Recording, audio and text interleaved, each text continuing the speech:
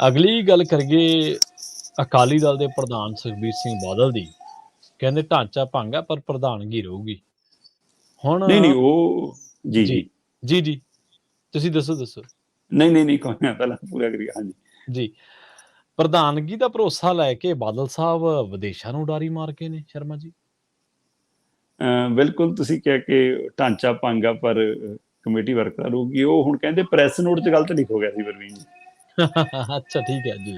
ਕਹਿੰਦੇ ਰਹਿ ਗਿਆ ਕਹਿੰਦੇ ਉਹ ਗਲਤੀ ਨਾਲ ਪ੍ਰੈਸ ਨੋਟ 'ਚ ਚਲਾ ਗਿਆ, ਭੰਗ ਥੋੜਾ ਕੀਤੀ ਹੈ ਵਰਕਿੰਗ ਕਮੇਟੀ, ਤਾਂ ਭੰਗੇ ਨਹੀਂ ਹੋ ਸਕਦੀ। ਅਸਲ 'ਚ ਚੰਦੂ ਮਾਜਰੇ ਨੇ ਸਵਾਲ ਖੜਾ ਕੀਤਾ ਸੀ ਕਿ ਫਿਰ ਜਦੋਂ ਚੰਦੂ ਮਾਜਰੇ ਨੇ ਸਵਾਲ ਖੜਾ ਕੀਤਾ ਕਿ ਇਦਾਂ ਤਾਂ ਪ੍ਰਧਾਨ ਭੰਗੇ ਨਹੀਂ ਕਰ ਸਕਦਾ ਜੀ, ਫਿਰ ਉਹ ਕਹਿੰਦੇ ਕਿ ਭੱਜ ਨੱਠ ਹੋਈ ਤੇ ਆਪਣਾ ਸੰਵਿਧਾਨ ਲੱਭਣ ਦੀ ਕੋਸ਼ਿਸ਼ ਹੋਈ ਤੇ ਭਾਈ ਸੰਵਿਧਾਨ ਤਾਂ ਲੱਭੋ ਹੈ ਕਿ ਅੱਜ ਤੱਕ ਕਦੇ ਪੜ੍ਹੇ ਹੀ ਨਹੀਂ।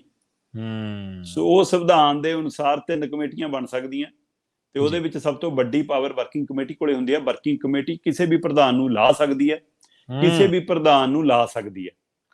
ਵਰਕਿੰਗ ਕਮੇਟੀ ਇੰਨੀ ਤਾਕਤ ਰੱਖਦੀ ਹੈ ਪ੍ਰਵੀਨ ਜੀ ਕਿ ਵਰਕਿੰਗ ਕਮੇਟੀ ਚਾਹਵੇ ਤਾਂ ਉਹ ਪ੍ਰਧਾਨ ਦੇ ਵਿਰੁੱਧ ਮਤਾ ਲਿਆ ਕੇ ਉਹਨੂੰ ਪਾਸ ਕਰਕੇ ਪ੍ਰਧਾਨ ਨੂੰ ਹਟਾ ਕੇ ਉਸੇ ਬੈਠਕ ਦੇ ਵਿੱਚ ਕਾਰਜਕਾਰਨੀ ਪ੍ਰਧਾਨ ਨਵਾਂ ਥਾਪ ਸਕਦੀ ਹੈ ਜਦੋਂ ਤੱਕ ਆਮ ਇਜਲਾਸ ਨਹੀਂ ਬੁਲਾ ਲਿਆ ਜਾਂਦਾ।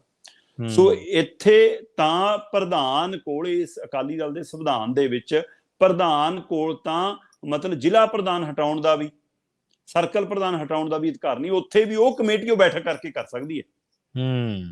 ਸੋ ਪਰ ਇੱਥੇ ਤਾਂ ਹੁਣ ਤੱਕ ਤੁਹਾਡੇ ਯਾਦ ਹੋਊਗਾ ਜਦੋਂ ਤੁਸੀਂ ਪੱਤਰਕਾਰੀ ਦੇ ਖੇਤਰ 'ਚ ਆਏ ਹੋ, ਤੁਸੀਂ ਯਾਦ ਕਰਕੇ ਦੇਖ ਲਓ, ਕਦੇ ਤੁਹਾਨੂੰ ਯਾਦ ਹੋਵੇ ਕਿ ਚੋਣ ਹੋਈ ਜੀ ਅਕਾਲੀ ਦਲ ਦੀ ਕਮੇਟੀ ਦੀ, ਕਦੇ ਸੁਨੇਹਾ ਆਇਆ ਹੋਵੇ, ਨਾਂ ਐਲਾਨਿਆਂ ਦੀ ਲਿਸਟ ਆਉਂਦੀ ਹੁੰਦੀ ਸੀ ਕਿ ਆਹ ਜੀ ਪ੍ਰੈਸ ਨੋਟ ਜਾਰੀ ਹੋ ਗਿਆ, ਦਲਜੀਤ ਚੀਮਾ ਜੀ ਨੇ ਪੜ੍ਹਤਾ ਜੀ, ਆਹ ਢੀਂਡਸਾ ਜੀ ਨੇ ਪੜ੍ਹਤਾ ਜੀ, ਉਹਨੇ ਪੜ੍ਹਤਾ, ਕਿਆ ਲੋ। ਸੁਖਬੀਰ ਸਿੰਘ ਬਾਦਲ ਨੂੰ ਕਿਸੇ ਸਮੇਂ ਬ੍ਰਹਮਪੁਰਾ, ਢੀਂਡਸਾ ਇਹ ਨਾਮ ਪੇਸ਼ ਕਰਦੇ ਰਹੇ ਨੇ, ਇਹ ਨਾਮ ਪ੍ਰੋੜਤਾ ਕਰਦੇ ਰਹੇ ਨੇ। ਕਿਸੇ ਸਮੇਂ ਕੈਪਟਨ ਕਮਲਜੀਤ ਹੋਰੀ ਇਹ ਨਾਮ ਪੇਸ਼ ਕਰਦੇ ਰਹੇ ਨੇ ਸੁਖਬੀਰ ਬਾਦਲ ਦਾ। ਦੂਸਰੀ ਵਾਰ ਜਦੋਂ ਨਹੀਂ ਸੀਗੇ ਫਿਰ ਇਹ ਕੰਮ ਲਈ ਢੀਂਡਸਾ ਔਰ ਬ੍ਰਹਮਪੁਰਾ ਨੂੰ ਵੀ ਨਾਲ ਲਿਆਂਦਾ ਗਿਆ।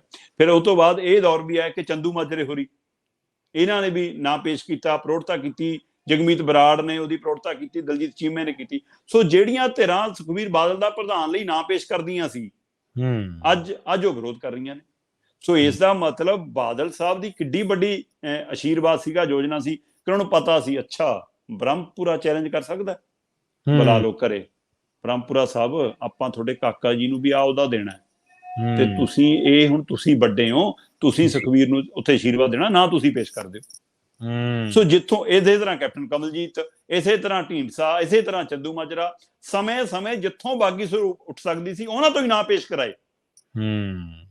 ਸੋ ਉਹ ਜਿਹੜੀ ਅਗਲੀ ਪੀੜ੍ਹੀ ਦੀ ਲਾਲਸਾ ਸੀ ਉਹ ਇਕੱਲੇ ਬਾਦਲ ਪਰਿਵਾਰ 'ਚ ਥੋੜਾ ਰਹੀ, ਫਿਰ ਇਹਨਾਂ ਲੀਡਰਾਂ 'ਚ ਵੀ ਸੀਗੇ। ਸਾਡੇ ਵੀ ਮੁੰਡੇ ਐਡਜਸਟ ਹੋ ਰਹੇ ਨੇ, ਸਾਡੇ ਵੀ ਮੁੰਡਿਆਂ ਨੂੰ ਟਿਕਟ ਮਿਲਣੀ, ਇਸ ਲਈ ਉਹ ਸੁਖਬੀਰ ਨੂੰ ਪ੍ਰਵਾਨ ਕਰਦੇ ਰਹੇ ਤੇ ਅਕਾਲੀ ਦਲ ਦਾ ਸੰਵਿਧਾਨ ਹੋਰ ਪਿਛਾਂ ਜਾਂਦਾ ਸਾਰਿਆਂ ਨੇ ਭੁਲਾ ਦਿੱਤਾ। ਕੱਲ ਦੀ ਪੰਜਾਬੀ ਟ੍ਰਿਬਿਊਨ ਦੇ ਵਿੱਚ ਆਪਣਾ ਹਮੀਰ ਸਿੰਘ ਭਾਜੀ ਹੋਰਾਂ ਨੇ ਪੂਰਾ ਉਹ ਸੰਵਿਧਾਨ ਖੋਲ ਕੇ ਪੰਜਾਬੀ 'ਚ ਲਿਆਂਦਾ। ਇਹਨਾਂ ਨੇ ਤਾਂ ਅੰਗਰੇਜ਼ੀ 'ਚ ਪਾਇਆ ਹੋਇਆ, ਆਪਣੀਆਂ ਜਿਹੜੀਆਂ ਵੈਬਸਾਈਟਾਂ ਤੇ ਪਾਇਆ। ਉਹਨਾਂ ਨੇ ਉੱਥੋਂ ਕਰਕੇ ਪੰਜਾਬੀ 'ਚ ਕਿ ਭਾਈ ਸ਼ਾਇਦ ਅਕਾਲੀ ਵੀ ਪੜ੍ਹ ਲੈਣ ਕਿ ਅੱਛਾ ਸਾਡਾ ਇਹ ਸੰਵਿਧਾਨ।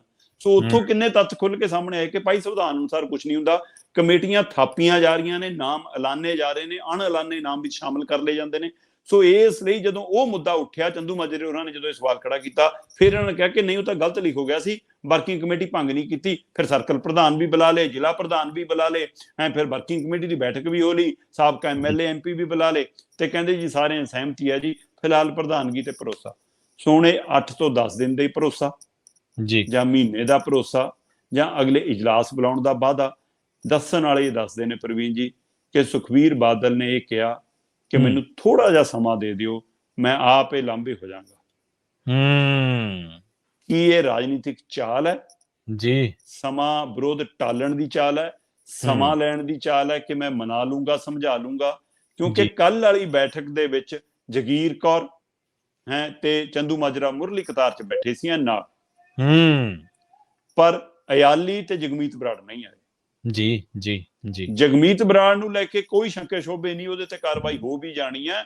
ਉਹ ਕਾਂਗਰਸੀ ਰੰਗ ਵਾਲਾ ਤੇ ਉਹ ਤੋਂ ਦੁਖੀ ਸਾਰੀਆਂ ਤਰ੍ਹਾਂ ਹੈਗੀਆਂ ਨੇ ਅੰਦਰ, ਤੇ ਉਹਨਾਂ ਦੀ ਬੋਲਚਾਲ ਤੋਂ ਵੀ ਸਾਰੇ ਕਿਉਂ ਕਿਸੇ ਇੱਕ ਲਾਈਨ ਤੇ ਨਹੀਂ ਖੜਦੇ।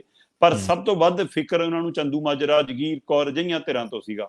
ਉਸ ਨੂੰ ਮਨਾ ਕੇ ਬੈਠਕ 'ਚ ਲਿਆਉਣ 'ਚ ਕਾਮਯਾਬ ਹੋਣਾ ਹੀ ਸੁਖਬੀਰ ਬਾਦਲ ਦੀ ਕਾਮਯਾਬੀ ਹੈ ਕਿ ਲੈ ਭਾਈ ਮਹੀਨਾ ਕੁ ਤਾਂ ਲੰਘ ਜੂਗਾ ਹੁਣ ਆਪਣਾ।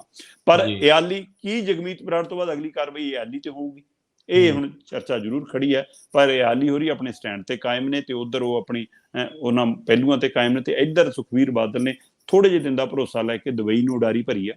ਕਹਿੰਦੇ ਜੀ ਛੁੱਟੀ ਤੇ ਜਾਣਾ, ਥਕਾਨ ਤਾਰਨ ਜਾਣਾ, ਸੋ ਇਸ ਲਈ ਉਹ 8-10 ਦਿਨਾਂ ਦੀ ਇੱਕ ਪਰਿਵਾਰਕ ਛੁੱਟੀ ਤੇ ਗਏ ਨੇ। ਦੁਬਈ ਤੱਕ ਦਾ ਹੀ ਪਤਾ ਜੀ, ਦੁਬਈ ਤੋਂ ਅੱਗੇ ਕਿੱਥੇ ਜਾਣਾ ਅਜੇ ਪਤਾ ਨਹੀਂ ਲੱਗਿਆ ਪ੍ਰਵੀਨ ਜੀ। ਜੀ ਜੀ ਜੀ ਜੀ ਜੀ ਬਿਲਕੁਲ ਬਿਲਕੁਲ।